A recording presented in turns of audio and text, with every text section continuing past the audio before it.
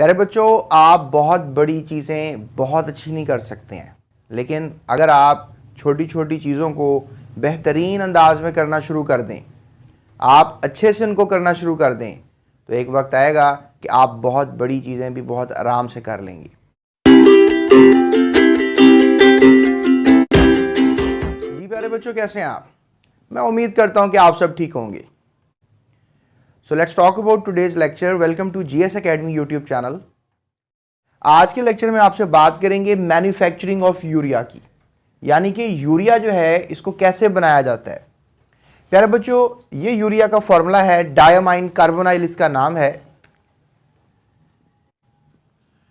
ये जो diamine carbonyl है, कॉमनली नेम्ड एज यूरिया, इसको कहते हैं कि ये पौधों का दोस्त है, ये फसलों का दोस्त है। It's a friend of crops. क्यों? क्योंकि ये किसानों को हमेशा अच्छी पैदावार फसलों की देता रहा है। इसके पीछे बहुत सी वजूहात हैं। सबसे पहले मैं आपको बताता हूं कि ये एक नाइट्रोजीनियस फर्टिलाइजर है, यानी कि इसमें आपको नजर आ रहा है कि काफ़ी अच्छी मिकदार में नाइट्रोजन मौजूद है।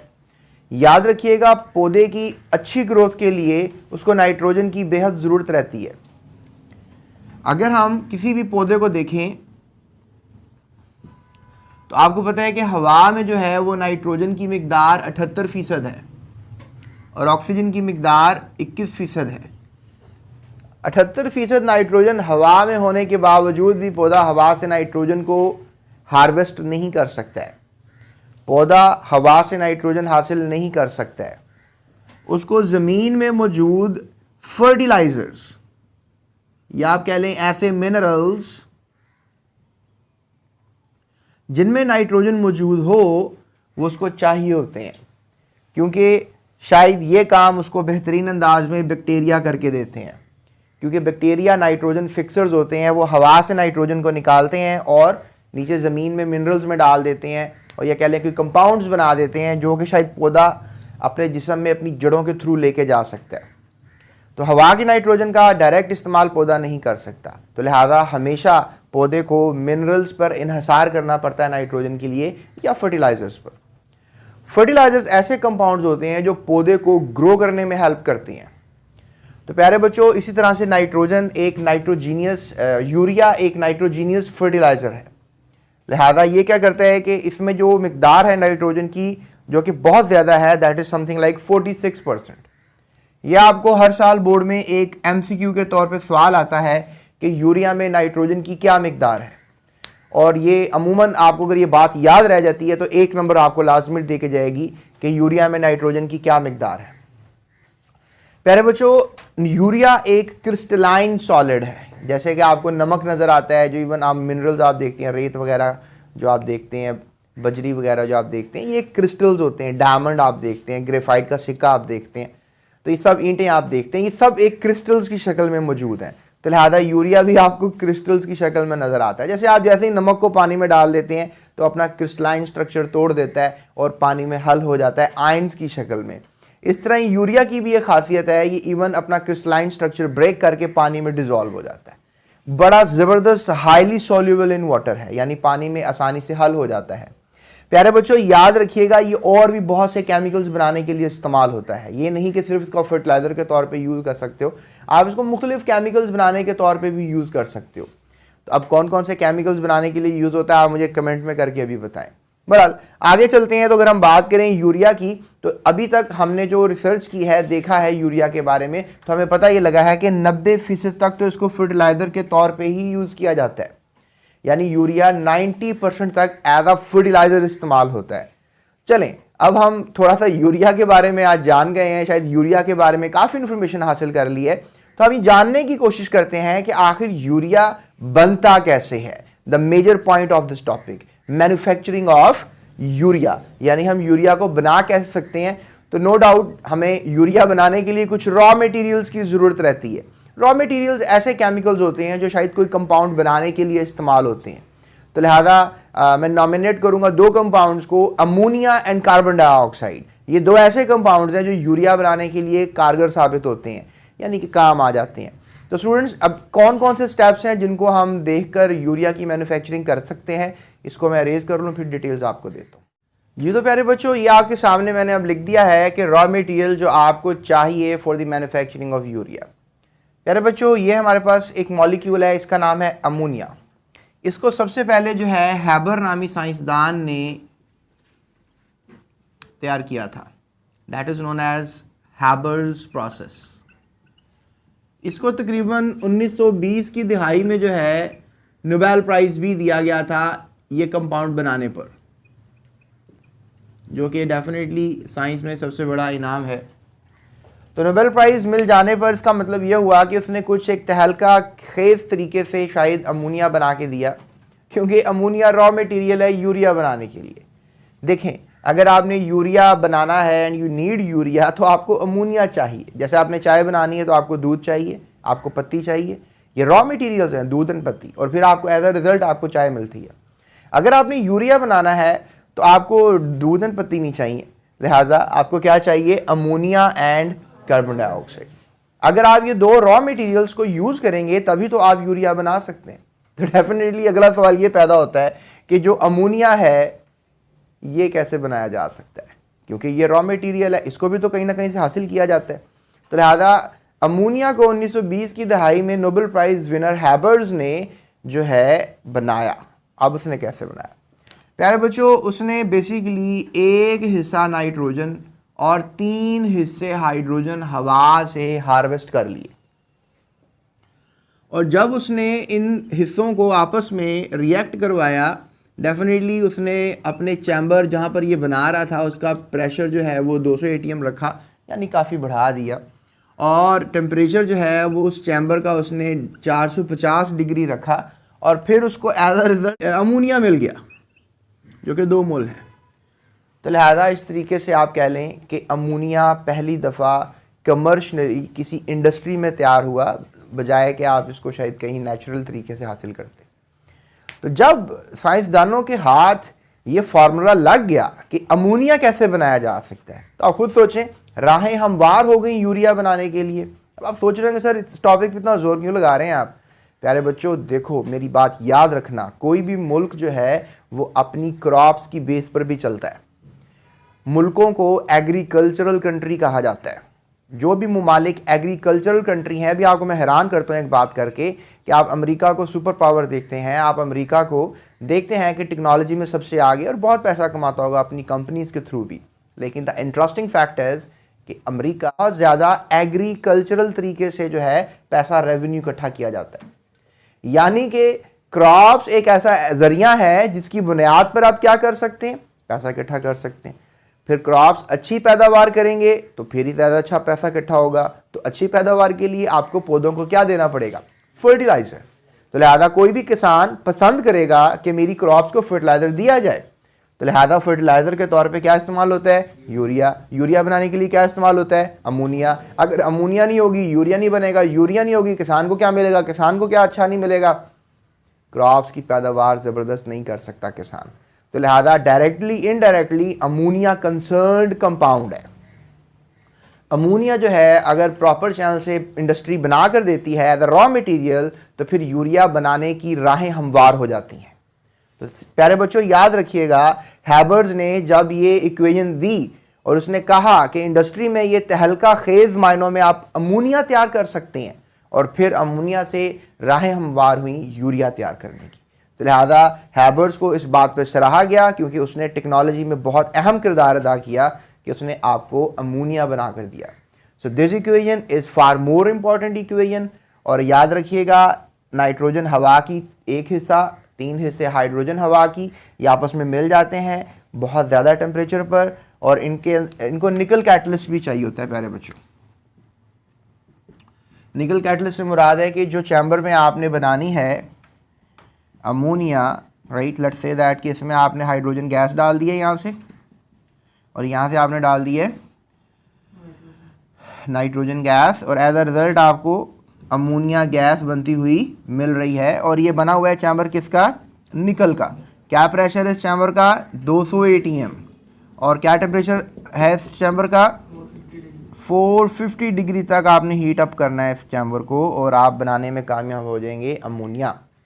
तो तो लिहाजा ये अगर प्रोसेस आप करेंगे तो आप ammonia as a raw material बनाएंगे। चलें जी, हो गया क्लियर, हम बना लिया अमोनिया। कार्बन डाइऑक्साइड आपको पता है कैल्शियम कार्बोनेट से हासिल होता है, इसको गर्म करने से आपको याद होगा कार्बन डाइऑक्साइड और क्विक लाइम जैसे कंपाउंड, इसको पानी में डालने स्लेक्ट लाइम बन जाता है, लेकिन कार्बन डाइऑक्साइड चाहिए होता है। फिलहाल स्लेक्ट लाइम तो प्रोसेस में कहीं रिक्वायर्ड नहीं है, तो कार्बन डाइऑक्साइड ही हमें चाहिए इस इंडस्ट्री को देने के लिए, that is called the urea industry.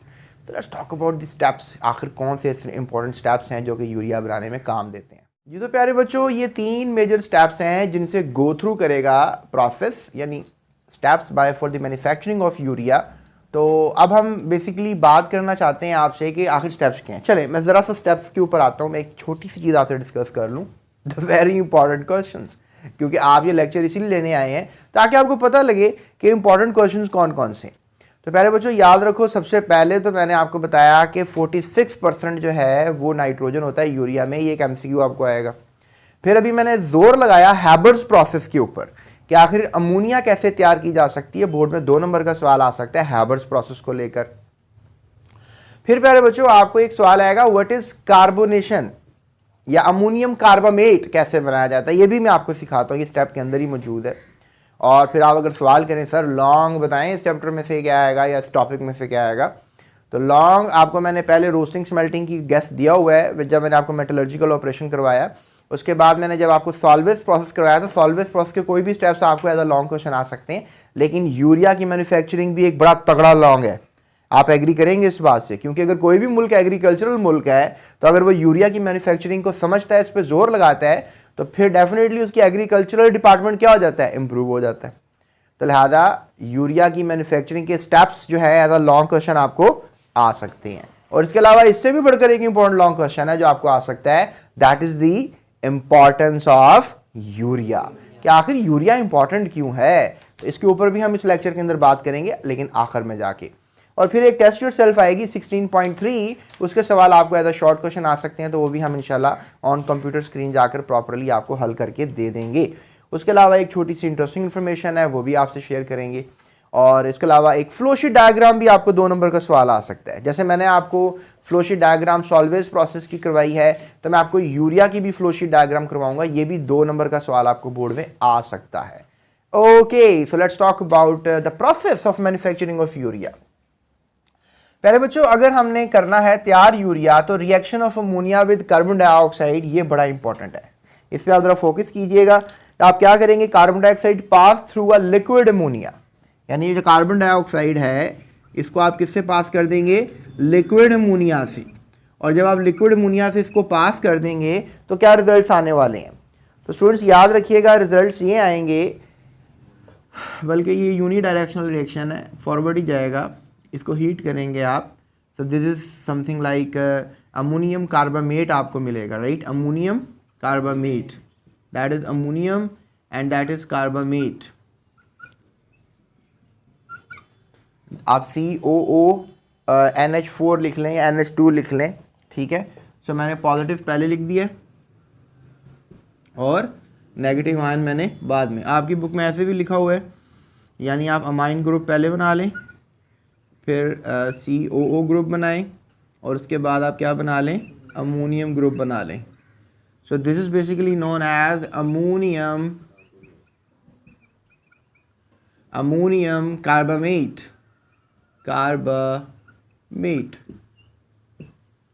तो ये अमोनियम कार्बामेट जो है that is going to be the product, the first step product. क्या आपने हेडिंग लगानी है, reaction of ammonia with the carbon dioxide, तो ये आपका होगा स्टेप नंबर 1। सो ये लिक्विड अमोनिया के तौर पे यूज़ करेंगे। आप देखें नाइट्रोजन 2 है यहाँ पे, तो बैलेंस कर लें। So this is the balance chemical equation, और आपको 1 मोल ही अमोनियम कार्बामेट नज़र आएगा। लिक्विड अमोनिया के साथ आपने कार्बन डाइऑक्साइड पास करके इसको हीट करना है, तो आपको PPTs बनते हुए नज़र आएंगे, राइट। उसके बाद प्यारे बच्चों जब आप अमोनियम कार्बामेट बना लेंगे तो फिर अमोनियम कार्बामेट के साथ आपने क्या करना है,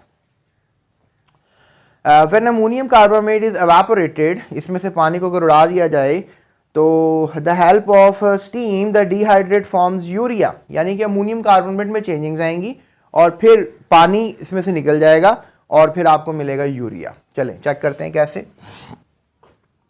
देखें बी इक्वेशन में मैं क्या लूँगा, ammonium carbamate, right, that is ammonium, right, and that is carbamate.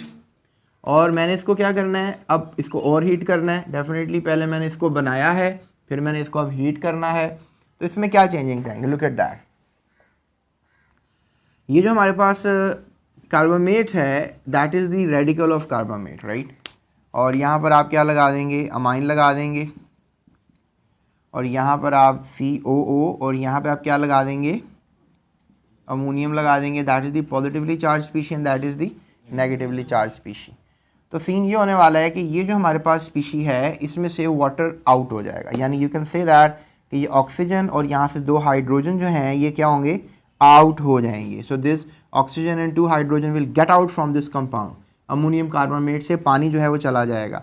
आप खुद सोचें, जब इसमें से चले जाएगा पानी तो फिर हमारे पास पीछे क्या रह जाएगा, अमाइन रह जाएगा। पीछे क्या रह जाएगा, amine. So we can say that कि हमारे पास जो है यहाँ पे ये कार्बोनाइल बनेगा, और उस साइड पे तो पहले ही ऑलरेडी अमाइन था, राइट। अब इस साइड पे भी क्या बन जाएगा, amine. So I think so मैंने शुरू में आपको यही फॉर्मूला बताया था यूरिया का, जिसको आप क्लोज करके लिखना चाहते हैं तो आप ऐसे लिख सकते हैं CONH2 और whole twice. So that is the better way to write it. सो ये भी लिख सकते हैं, ये भी लिख सकते हैं, and that is the way to write this formula. So ये बन गया अमोनियम कार्बामेट से, राइट, क्या नाम था इस कंपाउंड का, अमोनियम कार्बामेट। अमोनियम कार्बामेट, ये कार्बन है इसके अंदर, तो उसका एक अमाइन का और ऑक्सीजन का और कार्बन का मिक्सचर कार्बामेट है। तो इसमें से हमने क्या रिलीज आउट करवा दिया, वाटर, माइनस H2O। और जब इसमें से आप पानी को रिलीज करवा देंगे तो पीछे क्या रह जाएगा, urea. So that is the way to write. अब ये माइनस H2O लिख लें या इधर लिख लें प्लस H2O, तो एक ही बात है, राइट। तो इक्वेशन के ऊपर लिख दें माइनस H2O या उसके साथ प्लस H2O लिख दें, तो एक ही बात है। So there is no difference. Okay, so हमारे पास यहाँ पर क्या बन गया, यूरिया बन गया। लेकिन the result is not ended yet. अभी हमने एक प्रोसेस से और गुजरना है, दैट इज नोन एज ग्रैन्युलेशन। यानी हमने ये जो यूरिया बना है ये हमारे पास एक लेवी की शक्ल में बना है, इसमें पानी मिक्स है। हमने पानी को क्या करना है, एवेपोरेट करवाना है इसमें से। तो हमें प्योर क्रिस्टल चाहिए, छोटे छोटे मोती या साबुदाना टाइप, या आई डोंट नो मसर के दानों की तरह, यू नो आपको। लेकिन मसर के दाने तो ब्लैक होते हैं, मैं आपको वाइट मसर के दाने कह रहा हूँ, कुछ अमेजिंग सी बात समझा रहा हूँ। तो यूरिया जो है आपको छोटे छोटे दानों की तरह जो है वो वाइट दानों की तरह आपको मिलेगा, और इस दाने बनने के अमल को कहते हैं ग्रैन्युलेशन। अगर ये हम दाने, और दाने कैसे बनेंगे यूरिया के, डेफिनेटली जब आप उसमें जो पानी है उसको क्या कर देंगे, आउट करवा देंगे, एवेपोरेट करवा देंगे। So let's check it out कि ग्रैन्युलेशन जो है वो कैसे हो। ओके प्यारे बच्चों, हम बात करते हैं अब आपसे कि ग्रैन्युलेशन कैसे की जाएगी, right. So it's a big deal, इसको थोड़ा सा समझने की ज़रूरत है। The last step but the not least step. पहले हमने क्या किया, रिएक्शन किया ना, अमोनिया कार्बन डाइऑक्साइड क्या बनाया था, यस, अमोनियम कार्बामेट। क्या बनाया था, अमोनियम कार्बामेट को हमने हीट करके क्या बना दिया था, a very liquefied kind of a urea. ठीक है जी, अब क्या करनी है उसकी, ग्रैन्युलेशन। ग्रैन्युलेशन का मतलब क्या, दाने बनाने हैं, दाने बनाने हैं। So let's do it. Liquid urea is evaporated to form granules. अब आपके पास जो ये यूरिया मिला है आपको फ्रॉम दी सेकंड स्टेप, ये लिक्विड यूरिया मिला है, तो you don't need liquid urea. Basically आपने इसमें से पानी को भगा देना है। कैसे होगा ये, अब आप सारा लिक्विड यूरिया जो है वो पोर इन कर देंगे किसमें, ग्रैन्युलेटर में। ये एक हमारे पास है, इंडस्ट्री में एक टावर होता है, उसको ग्रैन्युलेटर कहते हैं। तो जब लिक्विड यूरिया जो है वो स्प्रे करेंगे, उसका प्रेशर भी ज़्यादा होगा। यू कैन से दैट कि यहाँ से इस चैम्बर के अंदर का प्रेशर जो है वो हाई प्रेशर है। और फिर क्या होगा, साथ separate from the top of the tower under pressure. तो टॉप ऑफ द टावर से जो है ये सारा लिक्विड यूरिया जो है वो क्या किया जा रहा है, स्प्रे किया जा रहा है। A hot current of air is introduce from the base. और यहाँ नीचे से जो है वो गर्म हवा के झकड़ जो हैं वो डाले जा रहे हैं। सो हॉट एयर जो है वो डाली जा रही है फ्रॉम दी बॉटम। और फिर आपको पता है क्या हो रहा है, यहाँ पे लिक्विड स्प्रे के साथ हॉट एयर का कॉम्बिनेशन, एक बिंगो कॉम्बिनेशन हो रहा है, यू नो। फिर पता क्या होगा, फिर उसमें से जितना भी लिक्विड है वो सारा क्या करेगा, वाटर जो है वो एवेपोरेट कर जाएगा, और छोटे नीचे नीचे आके जितना बारिश के दाने नहीं गिरते आके, कभी ओले गिर रहे हों, तो ऐसे छोटे छोटे से दाने जो हैं वो नीचे गिरेंगे और फिर उनको बेस में से हम क्या करेंगे, एक मोल्ड के अंदर जो है क्या कर लेंगे, इकट्ठा करके फ़ौरन पैक कर देंगे। पता क्यों ऐसा होगा? जस्ट बिकॉज के यूरिया हाइग्रोस्कोपिक कंपाउंड है प्यारे बच्चों।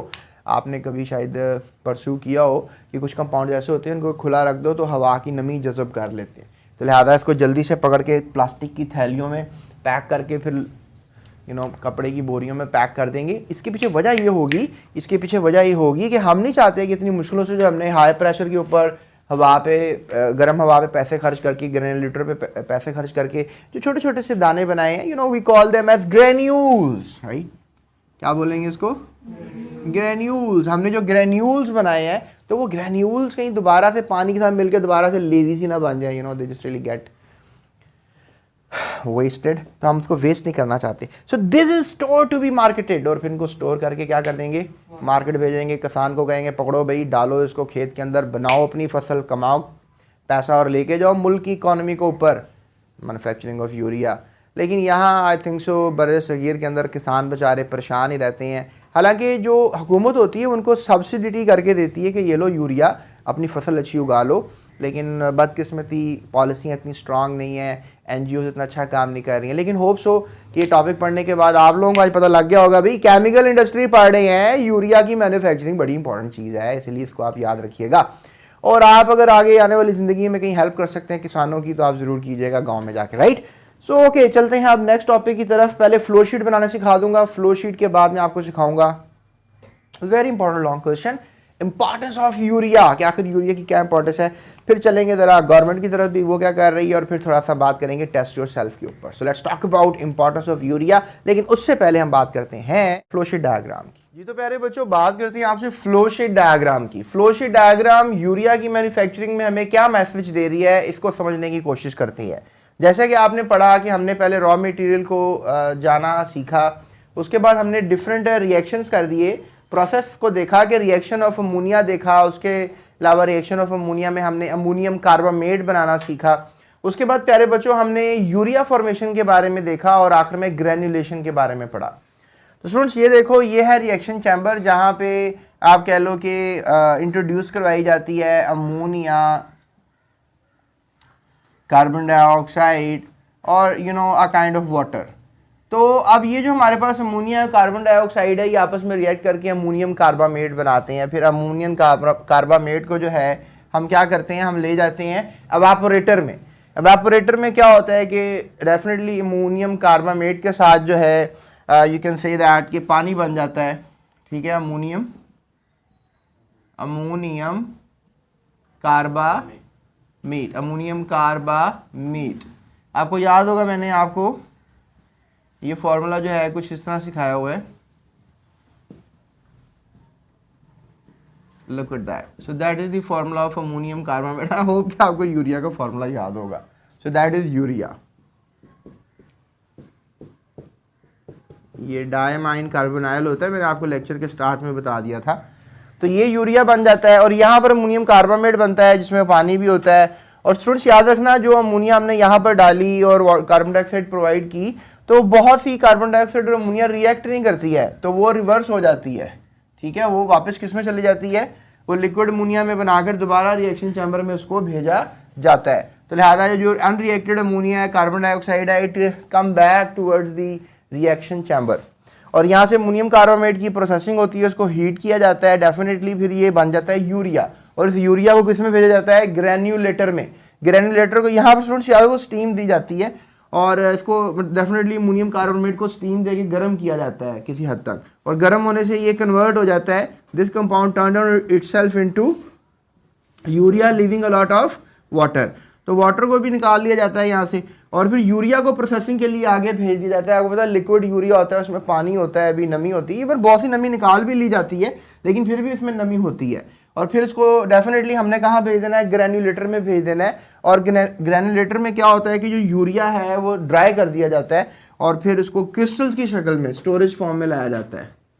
तो यू कैन से दैट कि अब जो यहाँ पे यूरिया मौजूद है ये किस शक्ल में है, क्रिस्टल्स की शक्ल में है। यहाँ पे भी हॉट एयर लगाई जाती है और पानी जो है यहाँ से निकाला जाता है जो कि एक्स्ट्रा स्टोर्ड है किसके अंदर, यूरिया में। और फिर स्टोर कर दिया जाता है। इस तरीके से मैन्युफैक्चरिंग ऑफ यूरिया यानी कि यूरिया की इंडस्ट्री काम करती है और यूरिया को जो है वो किसानों तक बोरियों में स्पेशली पैक करके उनको पहुंचाती है। और याद रखिएगा यूरिया पानी में बड़ा ज़बरदस्त सॉल्युबल है और जब किसान उसको फेंकते हैं खेतों में तो वो पानी में सारा सॉल्युबल हो जाता है और फिर पानी और यूरिया इकट्ठे जड़ें उसको पौधे में ले जाती हैं।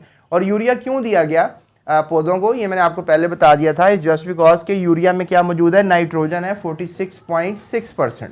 और ये जो आपको बोर्ड में एमसीक्यू भी आएगा मैंने बताया था, तो ये यूरिया की जो मिकदार है 46.6% ये दी जाती है पौधों को। बेसिकली याद रखें कि नाइट्रोजन जो है पौधे को अगर चाहिए तो यूरिया बहुत सी नाइट्रोजन पौधे को प्रोवाइड करता है और इसलिए इसको फर्टिलाइज़र भी बोलेंगे क्योंकि ये पौधे को ग्रो करने में हेल्प करेगा, उसकी डेफिनेटली बॉडी को मेंटेन करने में हेल्प करेगा, तो लिहाजा इसको फर्टिलाइज़र बोलेंगे। और ये नाइट्रोजीनियस फर्टिलाइज़र कहलाएगा क्योंकि इस फर्टिलाइज़र को पौधे को इसलिए दिया जा रहा है क्योंकि उसकी नाइट्रोजन की नीड्स पूरी हो रही हैं पौधे की, तो लिहाजा इसको नाइट्रोजीनियस फर्टिलाइज़र भी कहा जाएगा। तो अभी तो the story is never ended, अभी हम बात करते हैं आपसे एडवांटेजेस ऑफ सॉल्वे प्रोसेस की। और एडवांटेजेस ऑफ सॉल्वे प्रोसेस क्या है इसको जानने के लिए चलते हैं नेक्स्ट क्लिप के ऊपर। तो स्टूडेंट्स चलते हैं अब हम अपने नेक्स्ट टॉपिक की तरफ, which is the important status of urea, यानी कि यूरिया की क्या इंपॉर्टेंस है और उसको जानने की कोशिश करते हैं नेक्स्ट क्लिप में। प्यारे बच्चों बात करते हैं आपसे importance and status of urea की, कि आखिर वैसे सही मायने में अगर मैं देखूं, मैंने इसको जब प्रॉपरली टॉपिक को पढ़ा तो ज़्यादातर इसकी इंपॉर्टेंस के बारे में ही लिखा है। और स्टेटस के बारे में क्या आप कह सकते हैं कि स्टेटस मतलब ये किस हद तक इम्पॉर्टेंट है, मतलब कोई चीज़ बहुत ज़रूरी हो जाए तो उसका स्टेटस डेफिनेटली एक वेल डिफाइंड स्टेटस बनता है। तो आप समझ लें कि स्टेटस और इम्पॉर्टेंस दोनों वर्ड बीच में मर्ज ही हैं, इनका वैसे कोई ख़ास डिफरेंस नहीं है टॉपिक के अंदर। बहरहाल मैं आपसे बात करता हूँ अब इम्पॉर्टेंस ऑफ यूरिया की, कि आखिर यूरिया क्यों इम्पॉर्टेंट है। और मैं इतना आपको बताता चलूँ कि ये बोर्ड का जो है लॉन्ग क्वेश्चन है, तो आपने इसको एज अ लॉन्ग क्वेश्चन याद करना है और वेरी इंपॉर्टेंट, यूरिया की मैन्युफैक्चरिंग से ज़्यादा इंपॉर्टेंट इसका इम्पॉर्टेंस एंड स्टेटस है। तो लिहाजा हम स्टडी करते हैं। चलिए कंप्यूटर स्क्रीन पे चलते हैं और जाकर इसको प्रॉपरली देख लेते हैं इसमें कौन कौन से बड़े पॉइंट्स हैं जो हमने मेमोराइज करने हैं, और एक छोटी सी इंटरेस्टिंग इन्फॉर्मेशन भी है और टेस्ट योर सेल्फ भी है, उसको भी हल कर लें। तो प्यारे बच्चों बात करते हैं आपसे इंपॉर्टेंट स्टेटस ऑफ यूरिया की। तो स्टूडेंट्स ये इंपॉर्टेंट इसलिए है क्योंकि ये यूरिया है, डेफिनेटली इसमें नाइट्रोजन है और इसमें ये क्रिस्टलाइन ऑर्गेनिक कंपाउंड है, यानी कि इसमें क्रिस्टल्स होते हैं यूरिया के। और सबसे पहली इंपॉर्टेंस इसकी ये है कि ये पूरी दुनिया में यूज़ किया जाता है एग्रीकल्चरल सेक्टर के अंदर। और इसके अलावा ये भी याद रखिएगा इसको हम एनिमल फीड के अंदर भी इस्तेमाल करते हैं, यानी ये नहीं कि सिर्फ ये पौधों को दिया जाता है बल्कि ये एनिमल फीड को भी दिया जाता है, ताकि एज एडिटिव दिया जाता है, यानी उनका खाना जो भैंसें होती हैं उनका चारा बनाया उसमें यूरिया डाल दिया उनका खाना टेस्टी बनाने के लिए। सो तकरीबन बहरहाल अगर आप कहें कि फीड एडिटिव के तौर पे भी यूज़ कर रहे हैं या फर्टिलाइज़र के तौर पे भी यूज़ कर रहे हैं, तो याद रखें 90% यूरिया जो है वो एज अ फर्टिलाइज़र ही इस्तेमाल होता है, यानी कि 90% आप इसको एज अ ग्रोइंग एजेंट ही इस्तेमाल करेंगे फॉर दी प्लांट्स। और इसका जो और ऐसी क्यों है, क्योंकि इसका हाईएस्ट नाइट्रोजन परसेंटेज है, मैंने आपको पहले भी बताया था, दैट इज़ समथिंग लाइक 46.6%। और ये हायर देन है कोई दूसरे फर्टिलाइज़र्स की बुनियाद पर, यानी आप कह सकते हैं कि जितने भी दूसरे फर्टिलाइज़र्स हैं उनमें भी होती है नाइट्रोजन, नो डाउट, लेकिन सबसे ज़्यादा नाइट्रोजन किस में मिलेगी आपको, यूरिया में मिलेगी। So it is harmless and is useful all types of crops and soils. और ये इतना कोई मतलब वो भी नहीं है, टॉक्सिक भी नहीं है सॉइल के लिए, यानी कि सॉइल में जो है अगर इसको आप डालेंगे, ज़्यादा भी डाल देते हैं तो कोई इतना मसला नहीं है उसके लिए, ये क्रॉप्स के लिए भी कोई ज़्यादा टॉक्सिक नहीं है और सॉइल के लिए भी। और आप याद रखिएगा फर्टिलाइज़र्स जो होते हैं दूसरे फर्टिलाइज़र्स हैं, जैसे वी हैव डिफरेंट एग्जांपल्स, तो वो अगर आप डालेंगे सॉइल में तो फिर वो हो सकता है कि उनकी ज़्यादा मिकदार डालने से सॉइल की जो एक ख़ासियत है, टेक्सचर है सॉइल का, डिस्टर्ब हो जाए, ख़राब हो जाए। उसके बाद प्यारे बच्चों ये भी मैं आपको बताना चाहूँगा कि ये नॉन टॉक्सिक है, नॉन एक्सप्लोजिव है, यानी कि ये जहरीला नहीं है, इसके अलावा ये एक धमाका खेज़ मादा नहीं बनता, यानी कि अगर इसका ज़्यादा सारा किसी फैक्ट्री में स्टोर किया हुआ तो ये नहीं वहाँ बम फटना शुरू हो जाएंगे, इस तरह का कंपाउंड नहीं है।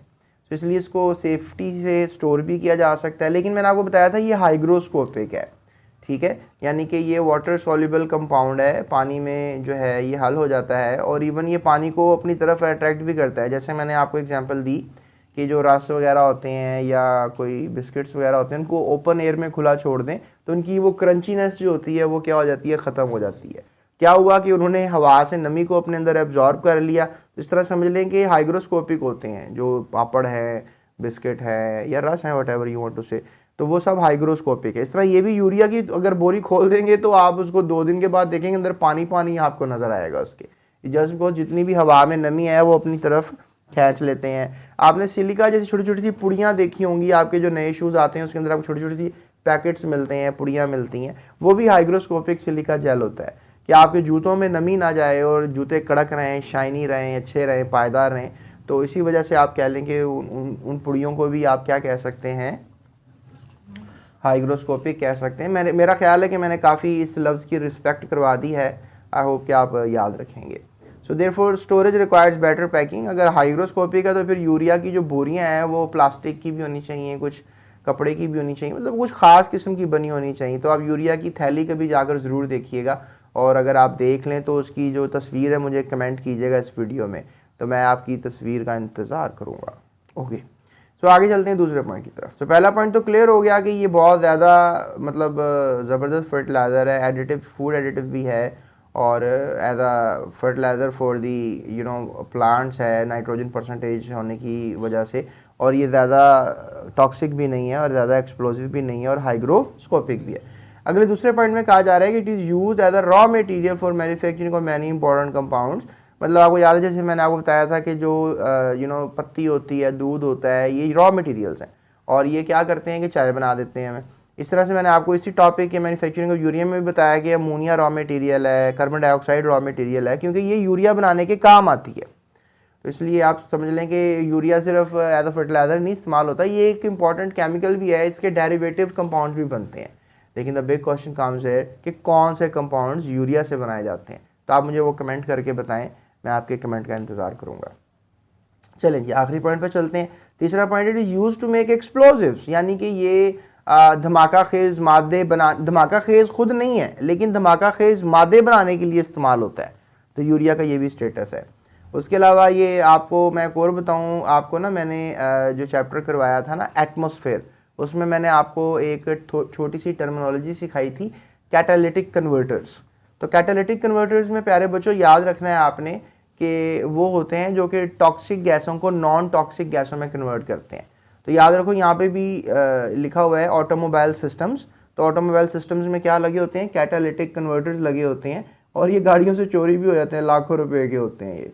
तो जो चोर होता है उसको मैं मशवरा भी दे रहा हूँ कि कैटालिटिक कन्वर्टर्स होते हैं बेटा, बजाय के टायर चोरी करें आप आगे से बम्पर खोल के। चलिए मैं मजाक कर रहा हूँ, मैं ऑफिशियली बात कर रहा हूँ, या आप उसको सीरियसली ना लीजिएगा, हम जिसके लिए जोकिंग। बल कैटालिटिक कन्वर्टर जो है एक ऑटोमोबाइल सिस्टम्स में लगे होते हैं जो क्या करते हैं कि नाइट्रस ऑक्साइड्स को कम कर देते हैं। आप कह लें कि जो नाइट्रस ऑक्साइड्स हैं उनको कन्वर्ट कर दिया जाएगा किस में, नाइट्रोजन गैस में, क्योंकि नाइट्रोजन गैस इतनी टॉक्सिक नहीं है। नाइट्रस ऑक्साइड ज़्यादा टॉक्सिक है, हवा में जाती है ना तो ये एसिड ड्रेन कर सकती है, ये नाइट्रिक एसिड बना सकती है, तो क्रॉप्स तबाह हो सकती हैं उससे और भी मसाइल हो सकते हैं। तो ऑटोमोबाइल सिस्टम में क्या इस्तेमाल करेंगे, यूरिया का इस्तेमाल करेंगे, ताकि क्या करें टॉक्सिक गैसों को, पोल्यूटेंट्स को क्या कर दिया जाए, एग्जॉस्ट गैसेस से बचा लिया जाए। तो लिहाजा ये भी इसका एक इम्पॉर्टेंस है, इसका इम्पॉर्टेंट पॉइंट है।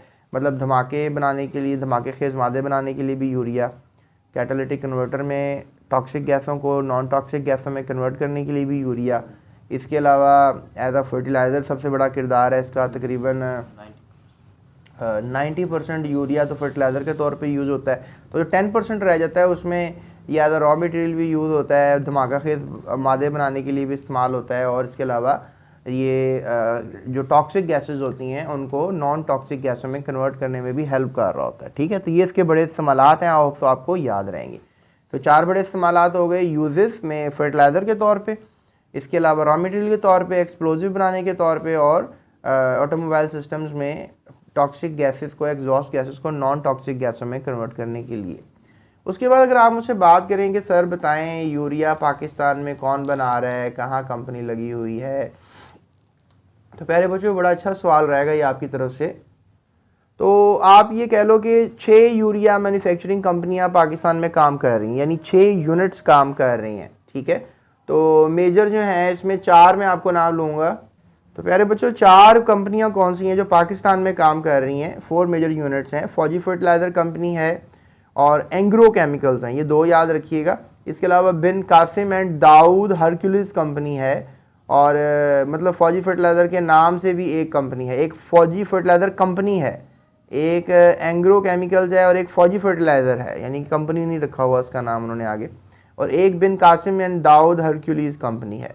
तो लिहाजा ये 4 बड़ी कंपनियां हैं। फौजी फर्टिलाइज़र्स का मानना है कि ये सबसे बड़ी कंपनी काम कर रही है जो 59% मार्केट शेयर रखती है। तो आपने फौजी फर्टिलाइज़र कंपनी को थोड़ा सा रिस्पेक्ट देना, याद रखना है कि ये सबसे ज़्यादा बड़ी कंपनी है जो यूरिया बनाकर दे रही है। उसके बाद फिर गवर्नमेंट, आपको मैं एक और चीज़ बताऊं कि गवर्नमेंट भी किसान दोस्त है, यानी वो भी चाहती है कि किसानों को हेल्प की जाए। तो वो कैसे हेल्प करते हैं कि जब ये यूरिया कंपनियां बना रही होती हैं, लेट्स से दैट ये थैला बना के देंगी 300 रुपये का, तो गवर्नमेंट कहेगी नहीं भी नहीं, किसान को सस्ता थैला दो, तुम ऐसा करो ये थैले की कीमत 150 रुपया रखो, क्योंकि हम एक एग्रीकल्चरल कंट्री हैं, इससे इनडायरेक्टली डायरेक्टली हमें ही फ़ायदा होगा। तो फिर गवर्नमेंट यूरिया बनाने वाली कंपनी को पैसा देती है ताकि यूरिया वो सस्ता किसान को बेचें। तो इसे हम सब्सिडिटी कहते हैं, जो कि आपने बिजली के बिलों पे भी देखी होगी, जो होती नहीं है, शायद होती है, पता नहीं, जो भी करते हैं ये। अभी तो वैसे 2022 में कमाल कर दिया इन्होंने। चलें, आप इस मेरी बात को टेंशन के तौर पे मत लीजिएगा, मैं वैसे ही बता रहा था। बट सब्सिडिटी मिल जाती है और फिर यूरिया जो है क्या होता है, सस्ता हो जाता है। सो ताकि डेफिनेटली प्राइस ऑफ यूरिया फिर भी बढ़ रहे हैं day by day, year by years. Okay, so let's talk about interesting information now. और इंटरेस्टिंग इन्फॉर्मेशन में क्या बताया जा रहा है कि जो क्रॉप्स हैं डेफिनेटली सिर्फ उनको नाइट्रोजन नहीं चाहिए होता है प्यारे बच्चों, उनको फास्फोरस भी चाहिए होता है। यूरिया में फास्फोरस नहीं होता, ये बात याद रखिएगा। तो इसमें फास्फोरस भी पौधों को चाहिए होता है, नाइट्रोजन भी चाहिए होता है, लेकिन यूरिया में फास्फोरस तो होता नहीं है। तो लिहाजा फास्फोरस वाले फर्टिलाइजर्स भी इंपॉर्टेंट हैं, याद रखिएगा। So although there is 78% nitrogen in the air, ये मैं पहले भी आपको बता चुका हूँ ये बात कि 78% हवा में नाइट्रोजन मौजूद है, लेकिन फिर भी जो है ये नहीं इस्तेमाल कर सकते, एक्सेमिलेट कर सकते पौधे, क्योंकि हवा से डायरेक्ट ये हार्वेस्ट नहीं कर सकते नाइट्रोजन को। So therefore fertilizers are used to provide these essential elements to the soil and ultimately to plants। यानी कि हम सॉइल में लगाते हैं फर्टिलाइजर्स को, फास्फोरस वाले, नाइट्रोजन वाले, और ये जो है फिर अल्टीमेटली प्लांट्स तक पहुंच जाते हैं, ठीक है। But the story is not ended प्यारे बच्चों। अभी हम बात करते हैं आपसे टेस्ट योर सेल्फ 16.3। तो प्यारे बच्चों अब हम चलते हैं 16.3 के पहले क्वेश्चन की तरफ कि what happens when ammonium carbamate is heated with steam.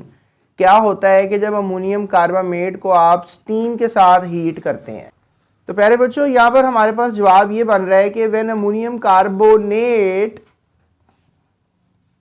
तो प्यारे बच्चों carbamate, ammonium carbamate is heated with steam it dehydrate to form urea. ये देखें अमोनियम कार्बामेट है, इसको आपने हीट करना है, स्टीम की मदद से हीट करना है, तो लिहाजा क्या होगा कि यूरिया बन जाएगा और साथ वाटर भी बन जाएगा। एंड आई होप कि मेरे इस वीडियो के बाद आपको कम से कम यूरिया का फॉर्मूला तो याद हो गया होगा। अगर आपको याद नहीं हुआ तो अपने लिए क्लैपिंग कर लें। नहीं, मैं मजाक कर रहा था, अपने लिए ना करें, लोग बेवकूफ़ समझेंगे। चलें अगले सवाल की तरफ चलते हैं। How many stages are involve in the formation of urea, यानी यूरिया बनाने के लिए कौन कौन से मरहलों से गुजरना पड़ता है, कौन कौन से मराहिल से गुजरना पड़ता है, कौन कौन सी स्टेजेस से गुजरना पड़ता है, कौन कौन सी जद्दोजहद वाले पॉइंट से गुजरना पड़ता है। तो reaction of ammonia and carbon dioxide आपको याद होगा, सबसे पहले इस स्टेज से गुजरना होता है, फिर यूरिया फॉर्मेशन और ग्रेनुलेशन ऑफ यूरिया, ये 3 स्टेजेस हैं। तो प्यारे बच्चों आपको तीनों स्टेजेस नजर आ रही हैं, पहली पॉइंट, दूसरा पॉइंट, तीसरा पॉइंट, ये आपने याद रखना है, भूलना नहीं है। Urea is very important.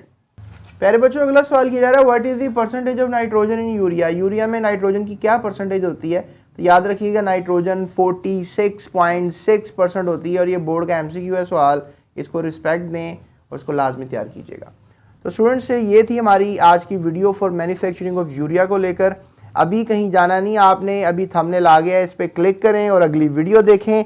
इस पर हम बात करेंगे अब आपसे different natural fertilizations are better than the synthetic fertilizations, इस टॉपिक पे। और इसके अलावा हम आपसे बात करेंगे about the next topic petroleum industry. प्यारे बच्चों पूरी डिटेल मैंने वीडियो बनाई है इसके ऊपर और कमाल की बातें आपसे शेयर की हैं, तो लिहाजा आपने इस वीडियो को मिस नहीं करना है। तो लिहाजा चलते हैं हम पेट्रोलियम इंडस्ट्री, लेकिन उससे पहले हम natural fertilisation and synthetic fertilisers के ऊपर भी बात करना चाहूँगा। मैं आपको बताना चाहूँगा कुदरती फर्टिलाइजर्स कौन से होते हैं और हम खुद जो बनाते हैं कौन से होते हैं, right. So that's it, thank you so much. अपना ख्याल रखिएगा, ज़्यादा चैनल को सब्सक्राइब कीजिएगा और डिस्क्रिप्शन में लिंक्स हैं उनको फॉलो कर लीजिएगा।